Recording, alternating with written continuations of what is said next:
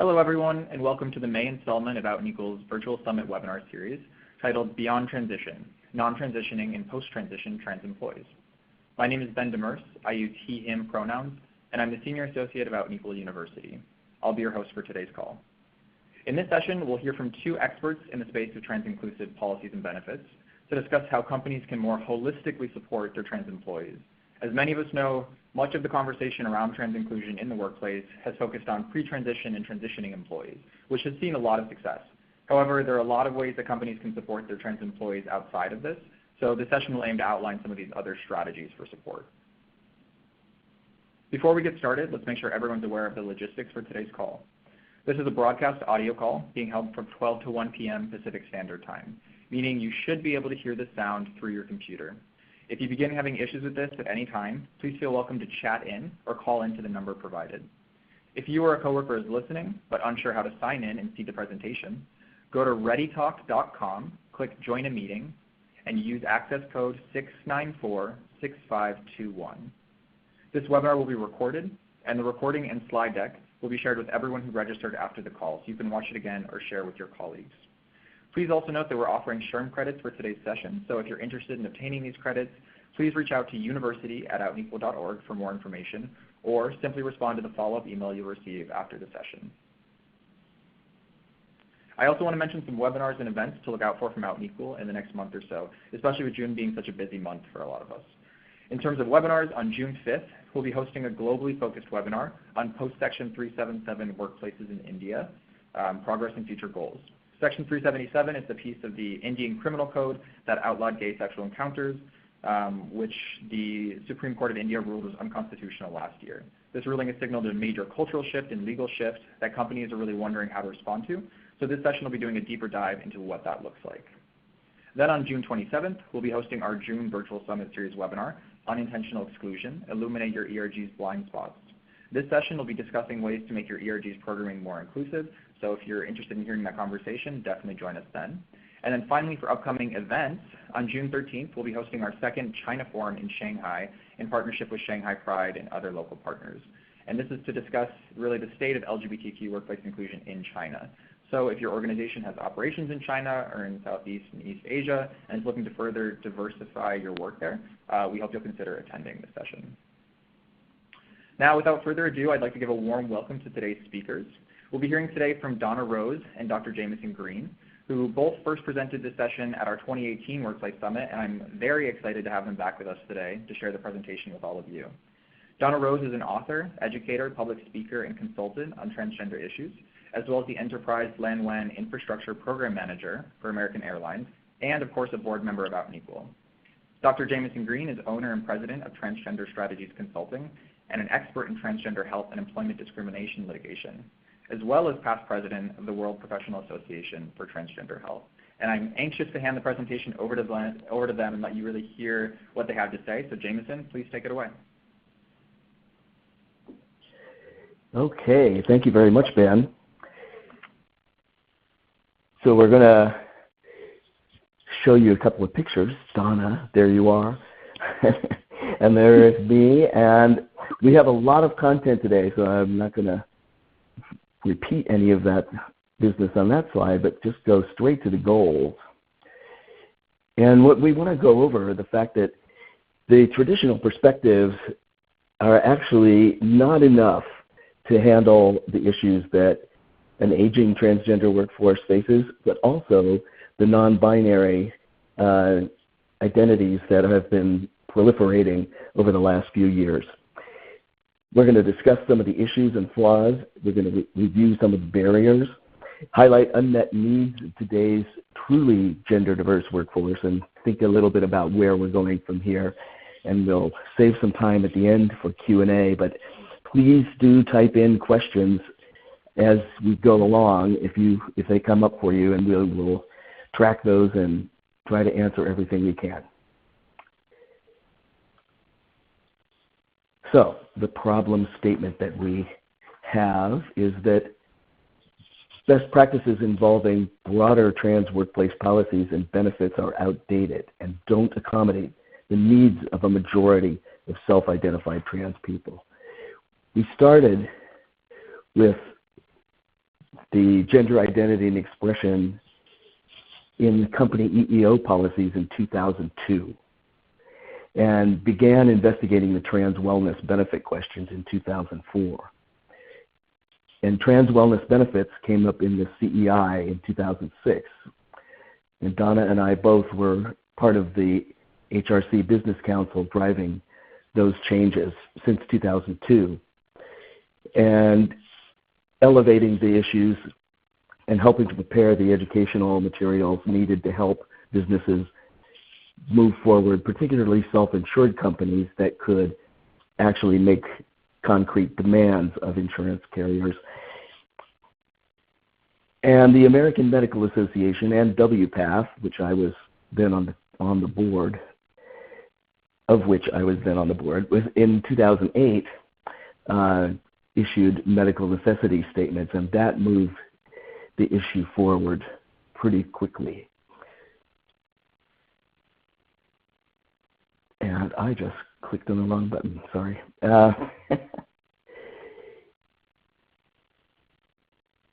Basically, we've been kind of stuck since the, let me go back here.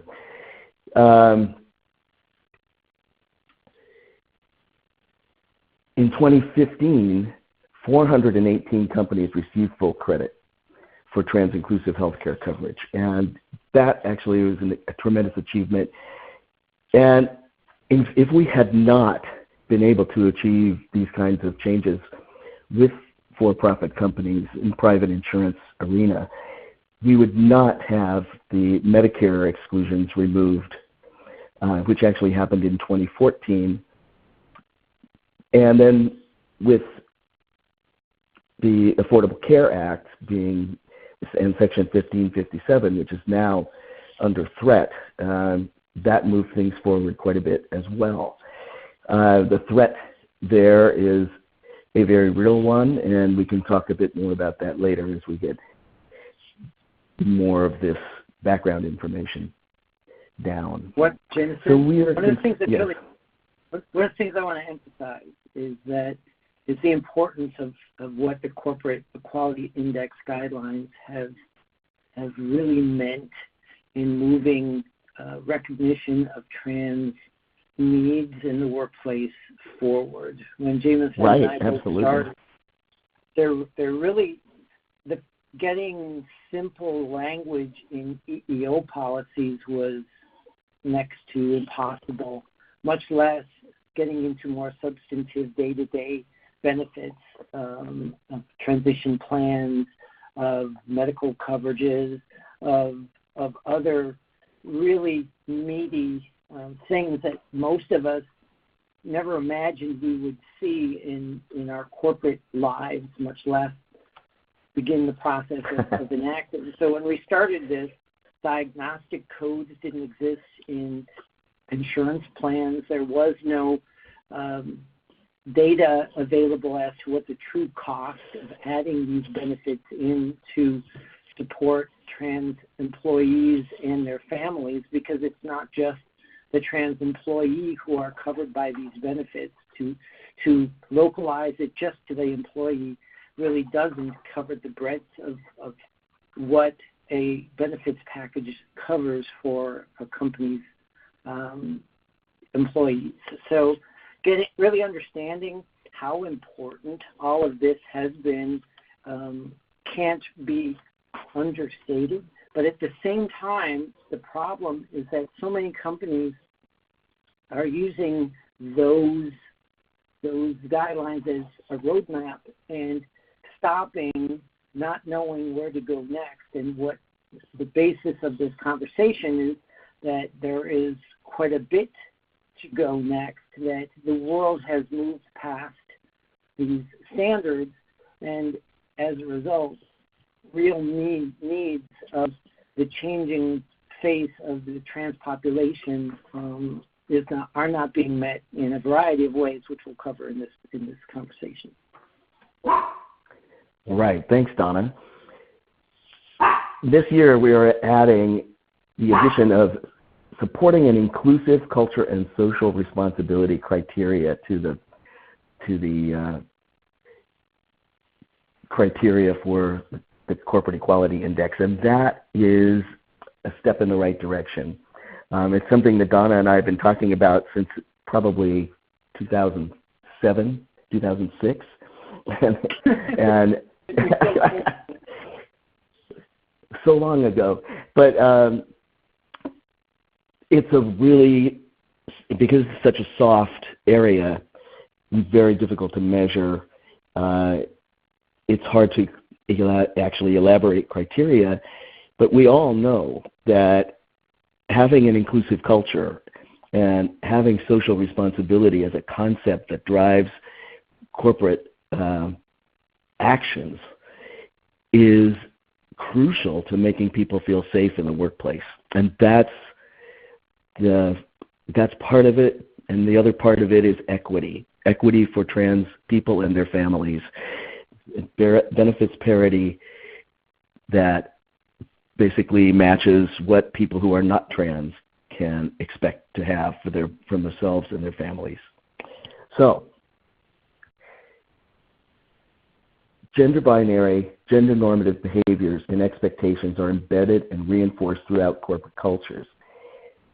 The fact is that people are different from those binary and normative behaviors and expectations all the time. Whether they're gay or trans or bi or straight, these differences occur. Just like everyone has gender identity and expression, that's not just a code word for transness.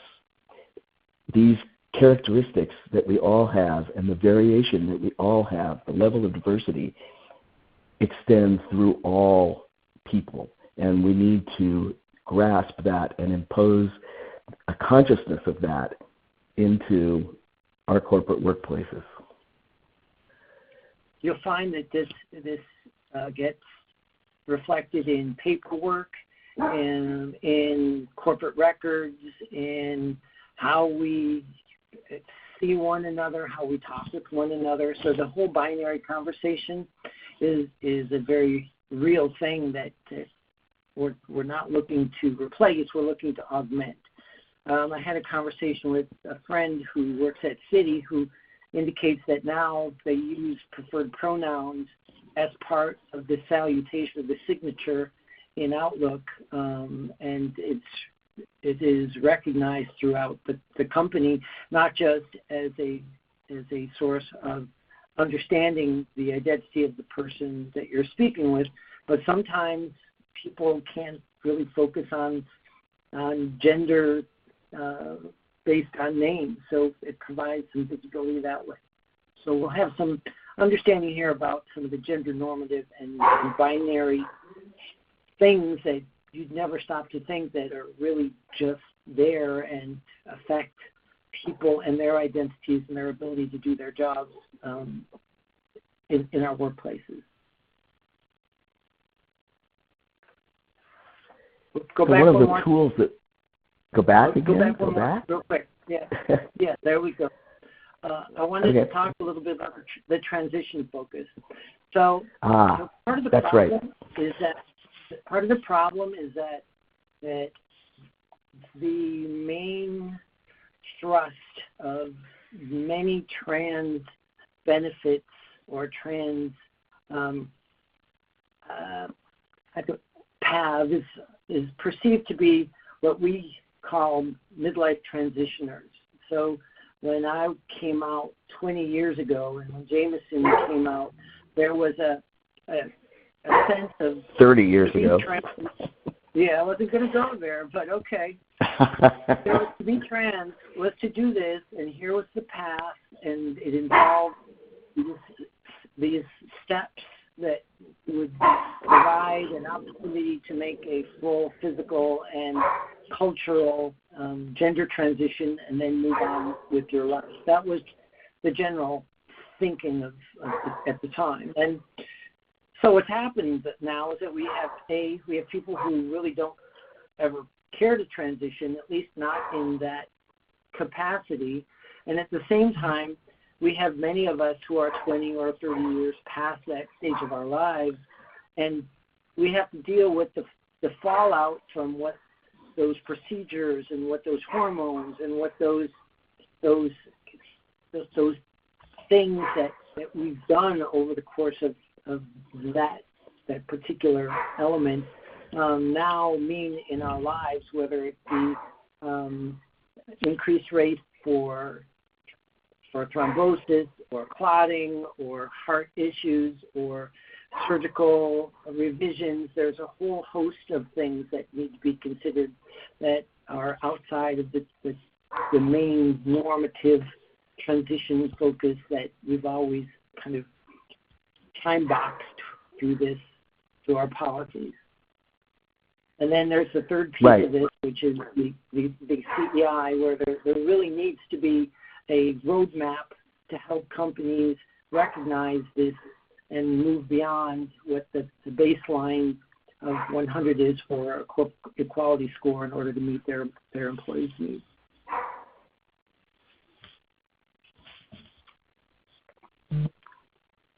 Right. So one of the tools that we've got that has actually contributed to a certain extent to some of these problems is the WPF Standards of Care, which in its 7th version, which it is right now, and version 8 is on the way, it's in process, and I'm hoping that it'll be out in 2021. The goals of the Standards of Care hasn't changed really. It is still to provide clinical guidance for health professionals to assist transsexual, transgender, and gender nonconforming people with safe and effective pathways to achieving lasting personal comfort with their gendered selves in order to maximize their overall health, psychological well-being, and self-fulfillment. But this is one of the tools that facilitated in its previous iterations that actual binary change where people would use the phrase, I'm a woman stuck in a man's body, or a man stuck in a woman's body, and I need to change everything, and I am the opposite sex. And people have come to realize that they aren't necessarily the opposite sex, that they are always something slightly different, and they will always be different, and that finding that lasting personal comfort with their gendered selves doesn't mean moving from one pole to another on this binary chain.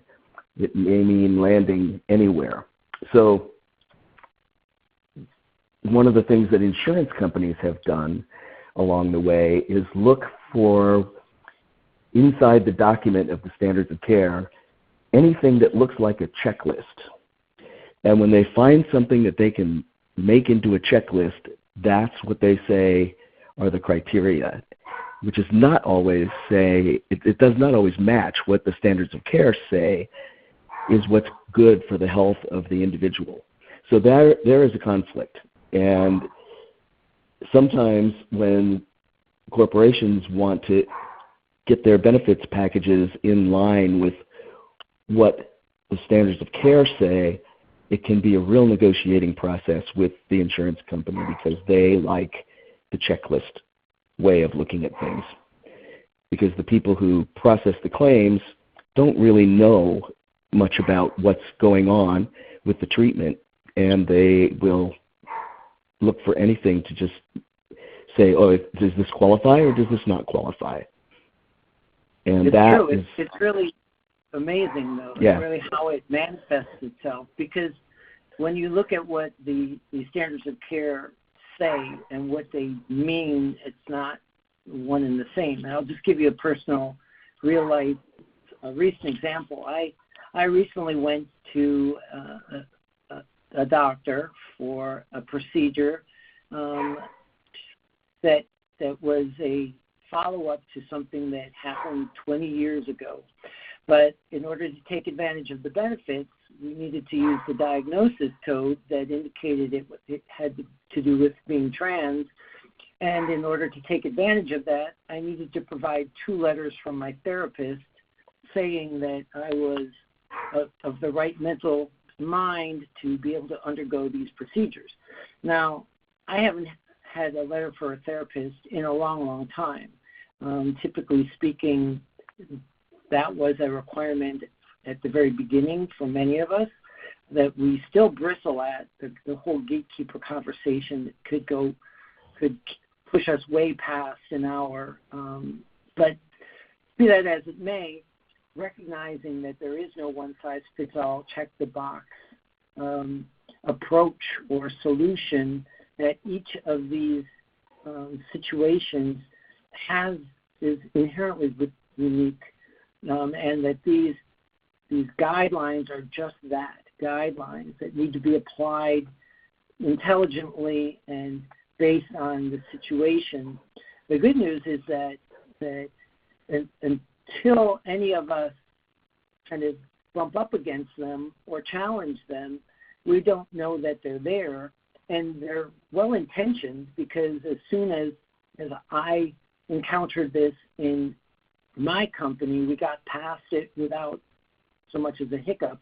But you'll find that by its nature, what's happened is that because the standards of care are being misinterpreted, they've included a whole range of requirements that should not necessarily apply to everybody at all times. The standards say clearly that treatment must be individualized, and that does not make insurance companies very happy. And when we get into precision medicine, which is something that's coming down the pike pretty quickly for everyone, where treatments are precisely defined based on the specific needs of any individual. And this is going to apply all through pharmacology, all through surgery, all through all kinds of things that have nothing to do with transness. It's going to be everywhere. Insurance companies are really going to have difficulty. So, we're sort of doing them a favor by getting them accustomed to the variation that may occur with trans people. So this is the slide now shows the transition model, as Donna was discussing, and it's there was like a triadic sequence, and people are not doing that so much anymore. They are living their lives and assessing for themselves in an active and changing environment what they need at various times, and working with their healthcare providers to achieve those needs.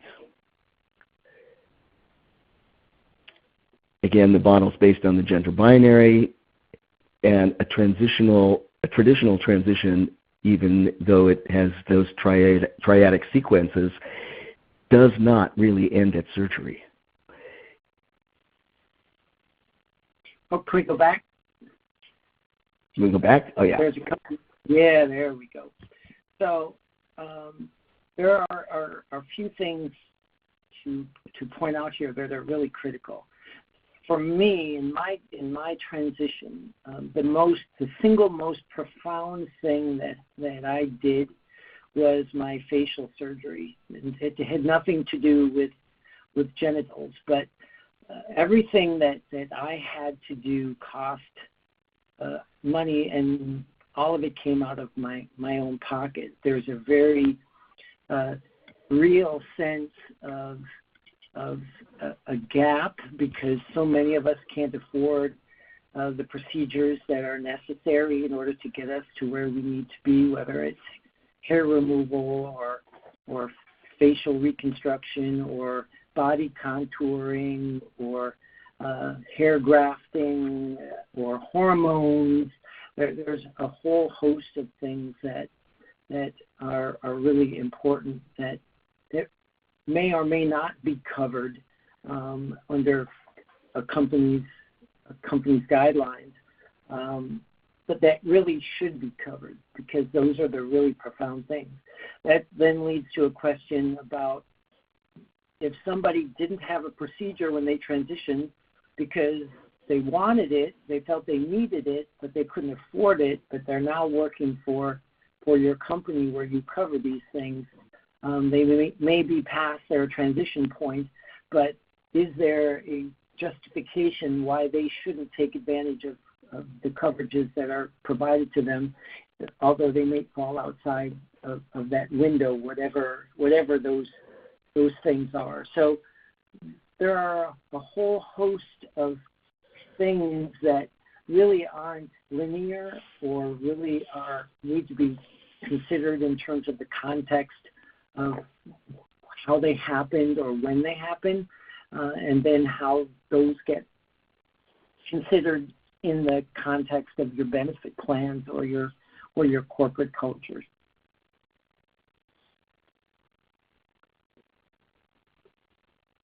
That's it. Thank you, Donna. So we have two focus areas. There's benefits and there's documentation and self-disclosure. And both of these things have to be understood in a context of the gender binary, because that's the milieu in which we begin our lives, basically. There's a checkbox on the birth certificate. There's an understanding in wider society that there's only two sexes, and not much grasp of how gender corresponds there. And we have to make our way through all of these, what we now have some terminology for. I always say the transgender community for the last millennia or so has been a community in search of a vocabulary. And these are the words that we have now. And I can guarantee you these words will change. And you probably are familiar with a lot of these words. We have not a whole lot of time, so I don't want to go into everything right now, but if you, when you get the presentation afterward, all the definitions are in the notes.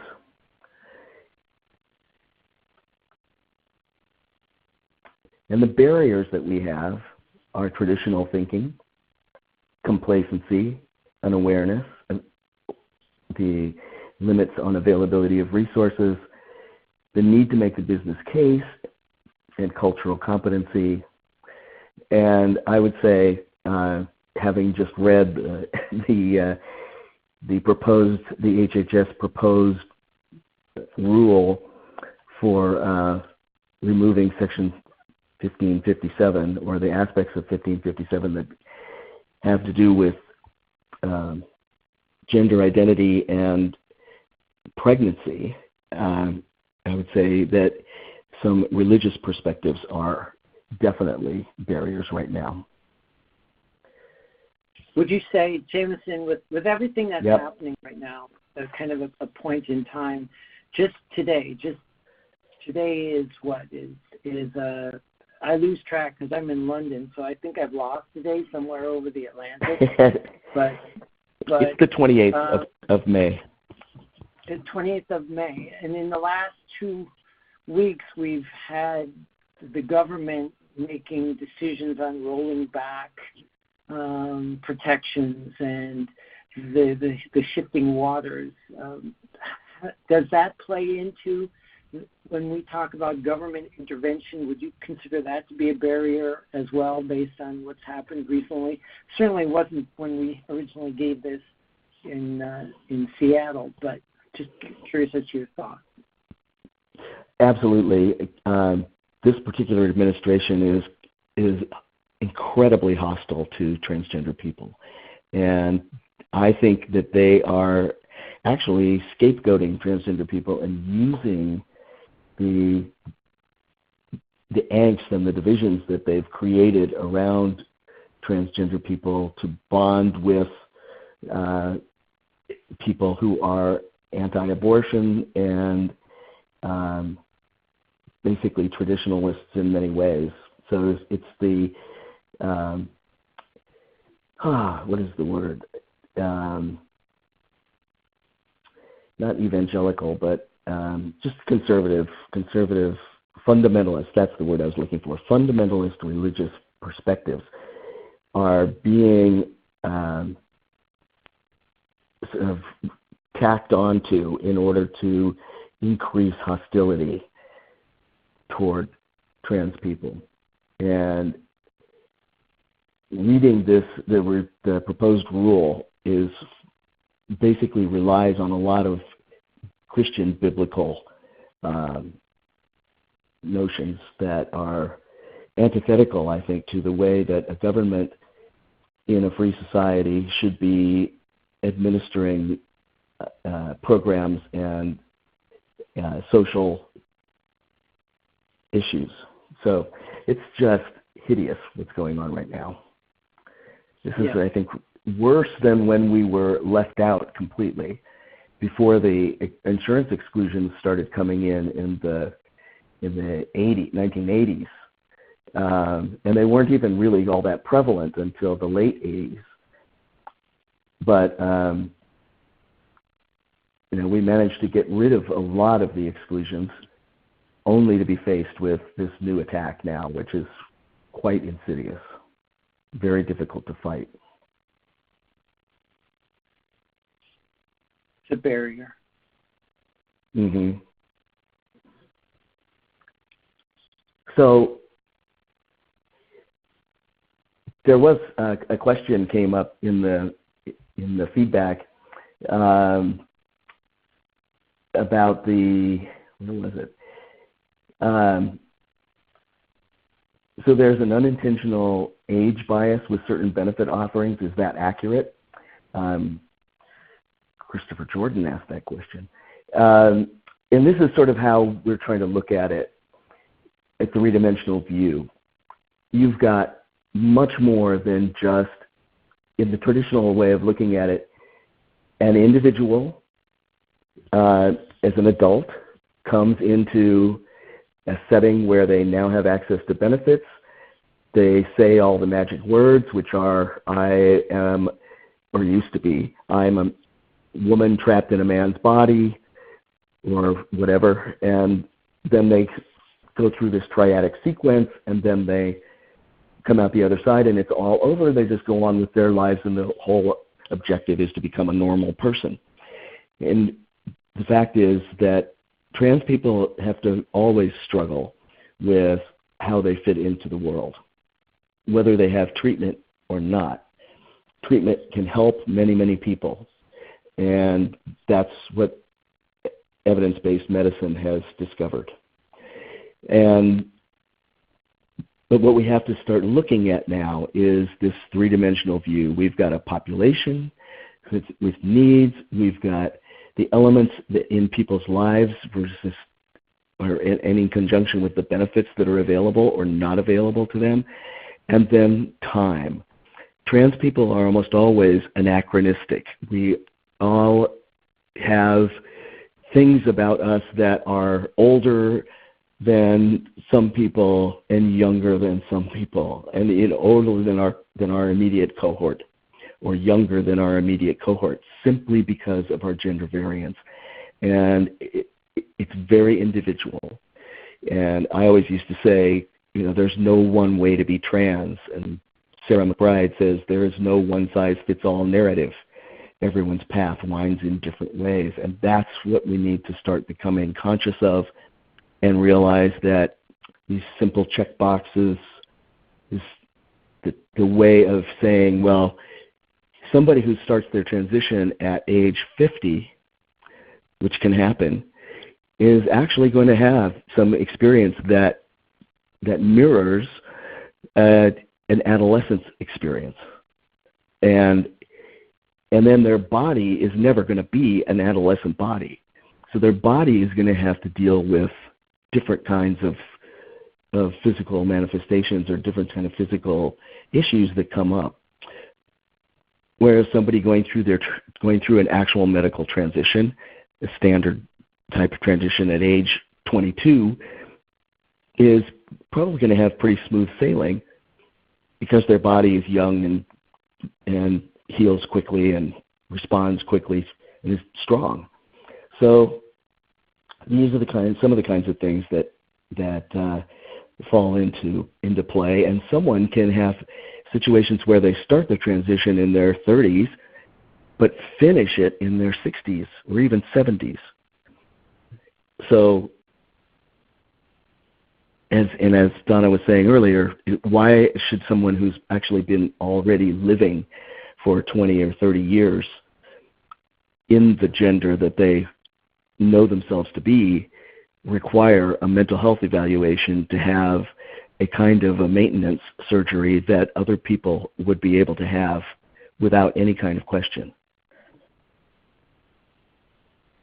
There is also an important conversation that is bigger than we have time for, but I think it still needs to be recognized, is that the recognition of insurance coverage for many of these has made it a very lucrative business for medical practitioners, whereas when Jameson and I were starting early in our lives, it was a very small knit community of professionals. So if you looked at WPF, which was Habigda at the time, they were a very small group who worked together. They shared best practices. There wasn't a revolving door of clinicians who were there to provide support. In talking with one of the surgeons who works with our community, he indicated that some of the doctors that he talks with go to a clinic on a weekend, get some kind of a certificate that they can treat trans patients, and they have a recurrence rate of upwards of 65% that could cause complications, whether it's fistulas or other very potentially serious issues. So some of those things become visible quickly, and some don't become visible for years. But one of the unintended consequences of having now all of the insurance benefits, we have many, many more people doing these things, but the level of skill and the whole mindset that if you find a doctor who can treat a trans person, you found a specialist, would be wrong and would be doing more harm than good. Right. Back when we started out, Donna, I think WPATH had a global membership rate of about anywhere between 200 to 400 people at any given year. And it wasn't a terribly active organization because in the early days, there was a lot of secrecy and fear among professionals that others would find out, that their colleagues would find out that they provided treatment for trans people, and they would be professionally shunned. So it's been a real battle. And right now we have roughly 2,200 members. And this mushroomed during my actual presidency of WPATH between 2014 and 2016. And we also, during that period, started providing training. But we don't do weekend courses where you get a certificate. Our training it takes at least 2 years to get through our training. And we do cooperate with, some of our surgeons, in fact, do cooperate with other organizations to provide surgical demonstrations, live surgery courses, where you sit in an auditorium and you watch a video of actual live surgery going on, that they can talk from the auditorium to the surgeons in the operating room. It's pretty interesting. But that isn't, you don't get any certificate for that. No. That's, we don't do that. Part of the problem, at least for this conversation, is recognition that a benefits package has to include the right people to provide the right support. Just providing a blanket, like I've got people in my, IBM did a great job early on. They were one of the pioneers. They've always been a pioneer. But in order to make trans wellness part of their benefit plan, all they did was take a specialist who focuses on trans wellness and put them as an in-network provider, and that overcame that benefit. So the point for this conversation anyways is to recognize that the more people that get into this area, for whatever the reason, it also causes issues as well, because not all of this is a one-and-done conversation. There can be revisions. There are follow-ups. There are mistakes. There are all kinds of things that may need to be addressed at some future point based on the population and over the course of time. Right. So I think we need to hone in on our suggestions for best practices, because we're getting close to time here, Donna. And that's that as we are negotiating with our benefits groups or within our companies, as we are negotiating with our insurance carriers beyond our companies, as we are learning about the needs of our employees, it's important to emphasize personal safety and cooperative, collaborative workplaces. That's the goal. The goal is to make it better for everyone. And learning about who your employees are is not always an easy thing to do. There are many fears that transgender people have about being out or expressing their gender variance, for lack of a better term. But as people understand that they are safe, they need that in order to change and grow. And they will change and grow once they feel safe. And other people can get a little plugged in by change around them sometimes. And so, again, the value within the corporation really has to be no tolerance for harassment or unkindness. And cultivating flexibility makes for a nimble organization.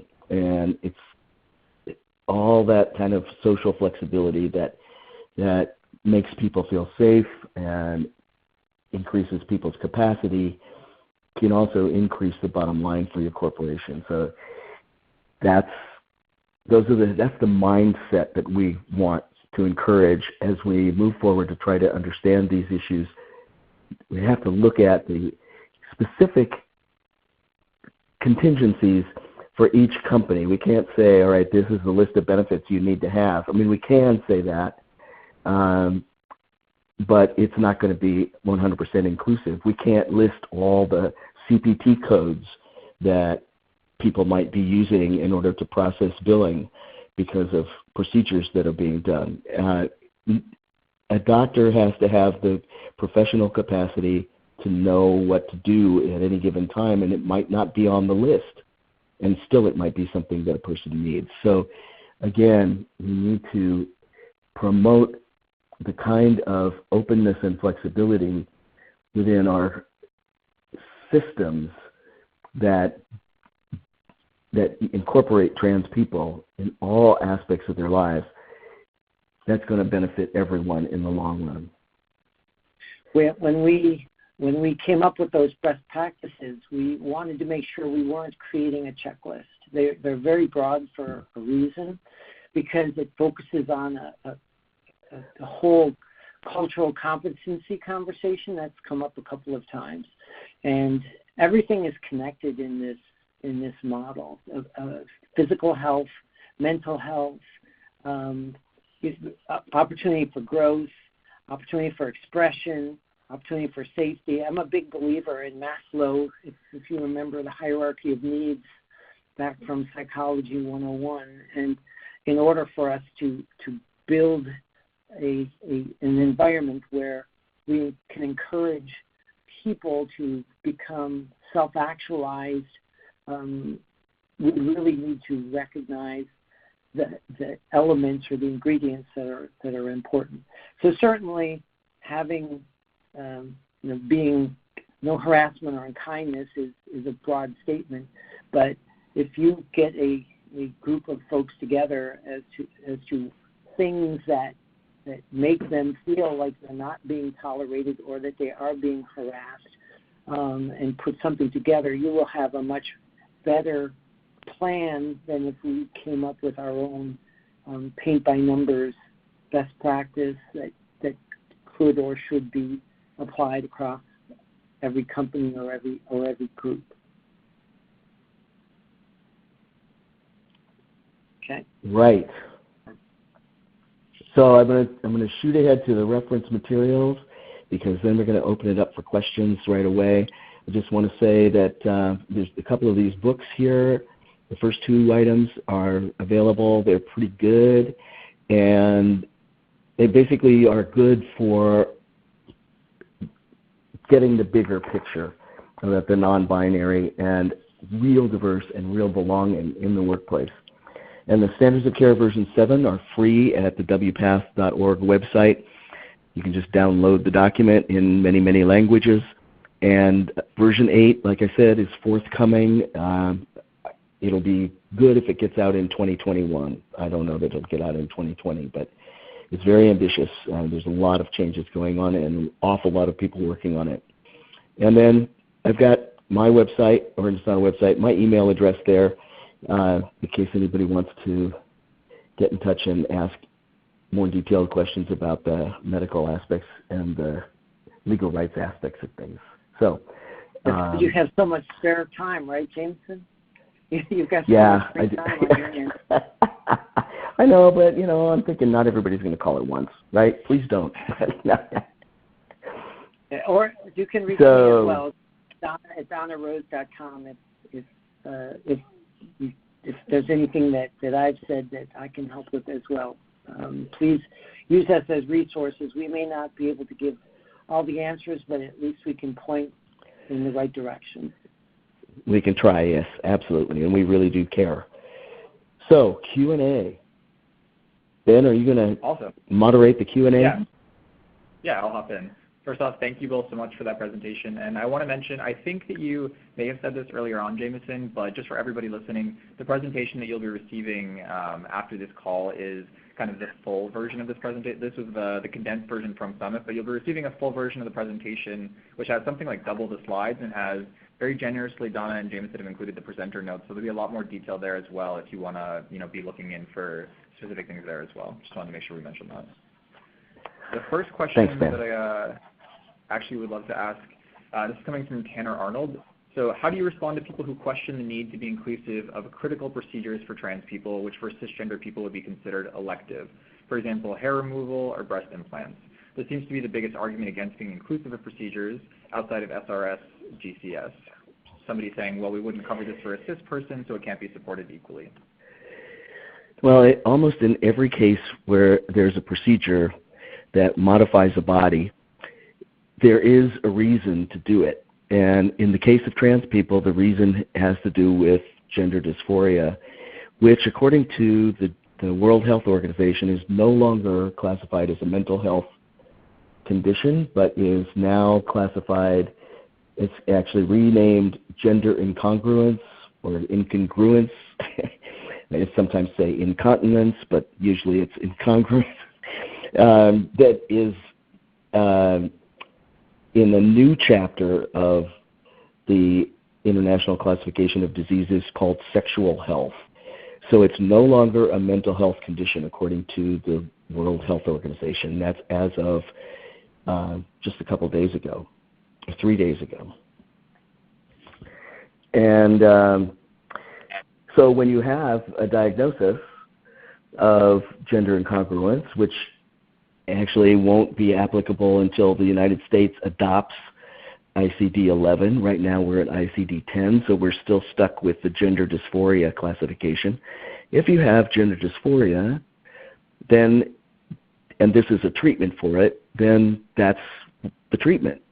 If you are cisgender and you don't have gender dysphoria, you don't need that treatment. That's the justification.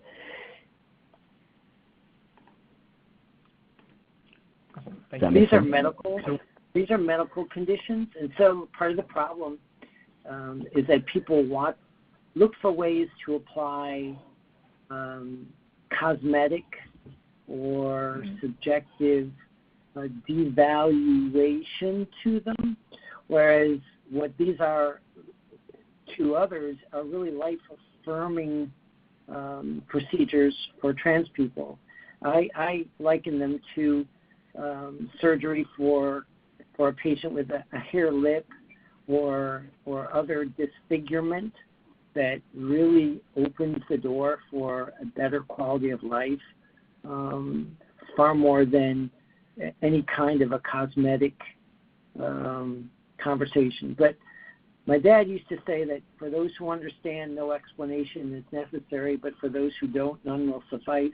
And for many people, they just don't want it, and they look for reasons to justify why we shouldn't have them. But if we had to go back and look at all of the anecdotal data in terms of how much it actually costs to provide these benefits across a whole population, the costs are minimal, and the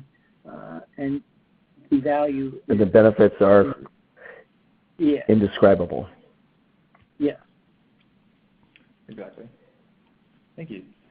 We have another question here from Shane Landrum asking, how would you suggest that non-binary employees proceed with working with human resource departments for accommodations like gender-inclusive restrooms? So obviously a pretty wide question, but just some places to start.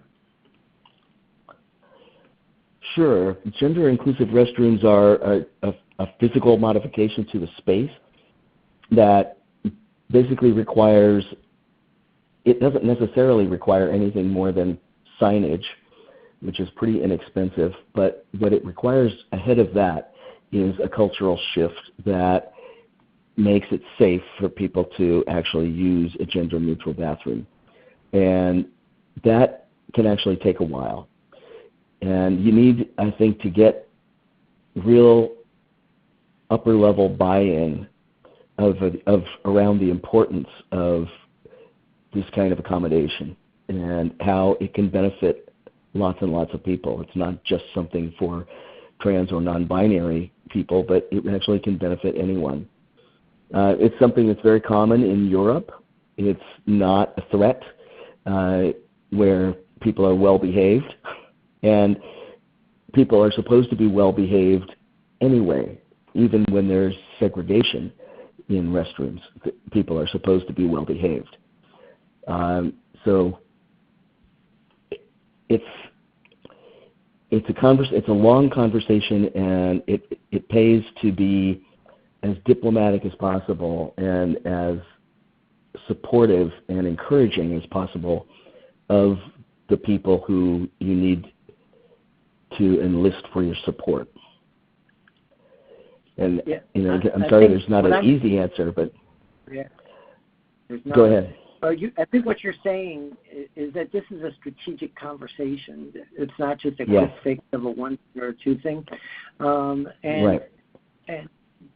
And when I look at what I call emerging communities within the trans community, because there really isn't, the whole notion of trans community is a misnomer and has been for a long time. We are really a community of communities, all who are unique and different in a variety of ways, where there are some similarities, but also some very critical differences. And so I think we're at a stage of maturity in terms of recognizing those differences in ourselves, where going to our HR departments and having an opportunity to make ourselves real through lunch and learns and other, meet a non-binary person conversation, which we used to do Trans 101s, really helps to lower the barriers of discomfort that are kind of part of the cultural shift that needs to happen. So there's a lot of work that needs to happen just from a non-binary perspective, but the bathroom thing is just, it's always been an issue. It's going to be an issue for a long time for a variety of reasons, but it opens the doors for a much broader conversation about inclusion. I think we have time for one more question. This question is coming from Robin Hicks, but we had a few other questions also about the mention of the addition to the CEI this year.